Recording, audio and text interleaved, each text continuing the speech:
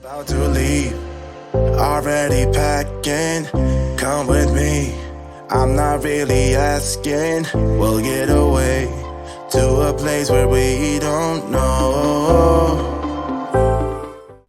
Here's a quick walkthrough of Celebrity Solstice Cabin 8285 Standard Veranda Cabin.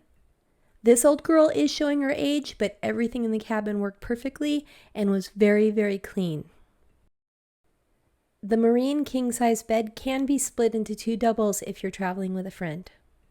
Unfortunately, there are no plugs or USB ports on the side of the bed. There's lots of overhead space, and the bed is tall enough to fit a pretty large suitcase underneath it. There is a medium-sized closet with plenty of hangers, several shelves, a safe, an umbrella, and 2 veranda-class spa robes. The veranda-class bathrooms are the real standout here. Great design, plenty of space, and absolutely no shower curtains. Nobody likes shower curtains on a ship. You won't find a clothesline in this shower, but there are a couple of pegs if you want to hang your swimsuit up. And the verandas? Absolutely amazing. Comfortable chairs, a little table.